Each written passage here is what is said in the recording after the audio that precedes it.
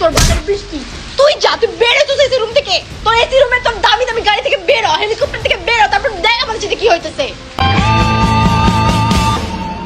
কিন্তু এই বন্যায় কত পরিবার হারিয়ে গেল, এই বন্যায় কত পরিবার না খেয়ে রয়েছে। 3 দিন ধরে পানি বন্দি চট্টগ্রামের বিস্তীর্ণ এলাকার মানুষ। এই দোকানপাট, সড়ক তলিয়েছে পানির নিচে, জ্বলছে না চুলা। অবর্ণনীয় দুর্ভোগে এলাকার মানুষ। টানা বৃষ্টিতে 3 পার্বত্য জেলায় ভয়াবহ বন্যা পরিস্থিতি ও ধসের শঙ্কা বেড়েছে। খাগড়াছড়িতে পানিবন্দী হাজারো মানুষ।